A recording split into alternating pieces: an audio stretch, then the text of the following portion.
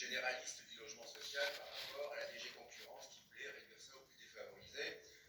Aujourd'hui, on a un commissaire en charge du logement qui est un Danois socialiste qui a été nommé par la présidente de la Commission européenne. C'est quand même impressionnant. Ça peut paraître tout à fait normal pour vous, mais le logement n'est pas un dossier de compétences communautaires. Dans le traité, il n'y a aucune disposition particulière sur le logement. Et en fait, il y a une telle crise du logement qui a été intégrée par l'Union européenne, que dans le cadre des élections européennes, il y a eu une prise en compte de cette question-là, et que la Commission, le Parlement européen a réagi avec des propositions très concrètes.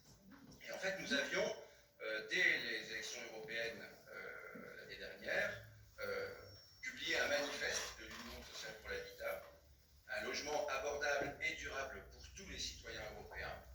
Et la plupart de nos propositions ont été reprises, là également, par la Commission européenne, par les députés européens, et ça s'est traduit aujourd'hui par tout le dispositif qui a été mis en place et qui est en cours. Il faut savoir que l'Union européenne, encore une fois, ça a été dit tout à l'heure, n'a pas de compétences en matière de logement, mais elle a des compétences en matière de rénovation thermique du parc de logement par rapport au Green Deal et à toute une série de dispositifs législatifs. Mais également, nous avons pu monter dans une période de relance post-Covid une alliance européenne pour un logement social durable et inclusif avec la Caisse des dépôts et consignations, la Banque européenne d'investissement et la Banque de développement du Conseil de l'Europe.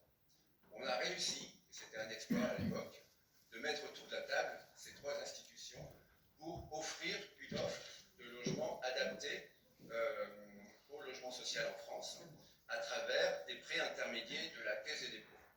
En fait, la Caisse des dépôts négocie des prêts globaux avec la BEI, la CEB, les transforme en prêts intermédiaires accessibles aux organismes HLM à travers la Banque des territoires. Aujourd'hui, ça fait 4 ans que nous travaillons dans ce dispositif complémentaire.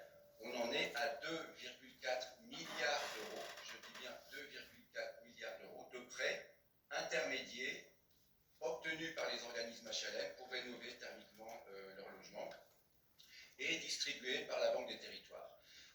C'est tout à fait intéressant puisque ça a permis effectivement à la Commission de montrer que bien qu'il n'y ait pas de compétences européennes, il y a une capacité d'agir à travers ces instruments que sont le FEDER. On est en pleine révision à mi-parcours du plan du FEDER, mais également des dispositifs.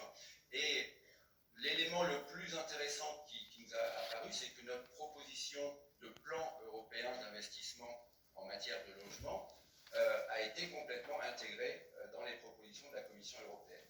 Et là, on a été très surpris de voir que von der Leyen, quand elle s'est présentée devant le Parlement pour renouveler son mandat de 5 ans, a mis effectivement comme priorité de sa feuille de route un plan européen pour le logement abordable, avec toute une série de dispositifs, des révisions de régime d'aide d'État, des révisions effectivement des règlements FEDER, en doublant la capacité des États membres à mettre du FEDER dans le logement, puisqu'il y avait des plafonds fixés jusqu'à présent, mais également à mettre en place, par exemple, une plateforme européenne d'investissement en logement abordable à travers la BEI. Donc tout ça fait qu'aujourd'hui, on change complètement de braquet par rapport à notre action à Bruxelles.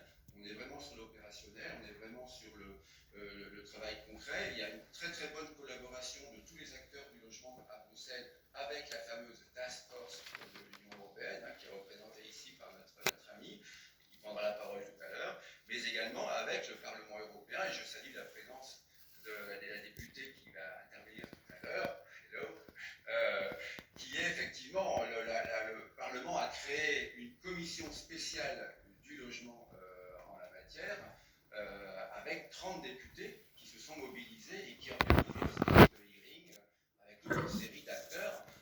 Donc on a à la fois la commission qui se bouge par rapport aux différentes DG, mais également le Parlement qui fait un travail exceptionnel en la matière. C'est la première fois que nous avons une commission spéciale sur la crise du logement dans l'Union européenne. Il faut bien voir que ça peut paraître tout à fait naturel pour vous au niveau national, régional, local, mais au niveau européen, c'est une vraie révolution. Et même l'idée d'avoir un commissaire logement, bien qu'il n'y ait pas de compétence logement, encore une fois, c'est une responsabilité d'animation de tout le dispositif qui est mis en place. Ce n'est pas une compétence nouvelle. On ne va pas avoir une politique commune du logement qui va s'imposer avoir des aides, une politique de l'Union européenne qui va aider les États membres à mettre en place des politiques adaptées, mais pas à s'y substituer.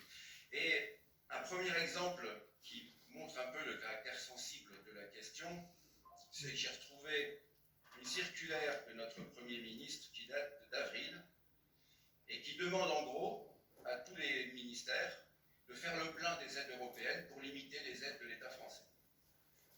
Alors, si la politique du logement de l'Union européenne, qui vise effectivement à accorder des aides, à aider les États membres à avoir des politiques du logement, se traduit par une baisse des aides en France, bah, autant rien faire.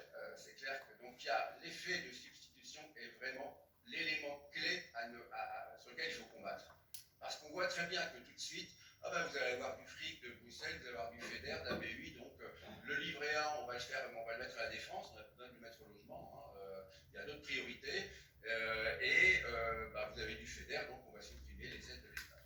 Donc la difficulté, c'est comment on va mieux travailler entre l'Union européenne et les États membres sur la question. Donc on attend un sommet européen avec tous les ministres du logement, il avait lieu à Liège il y a quelques temps, et on est complètement impliqué avec le gouvernement, bien entendu, mais également l'administration et le Parlement, pour alimenter ce travail. Et là, franchement, ça fait un bout de temps qu'on travaille sur Bruxelles. On a créé une fédération européenne, Housing Europe, un observatoire européen du logement. C'est la première fois qu'on a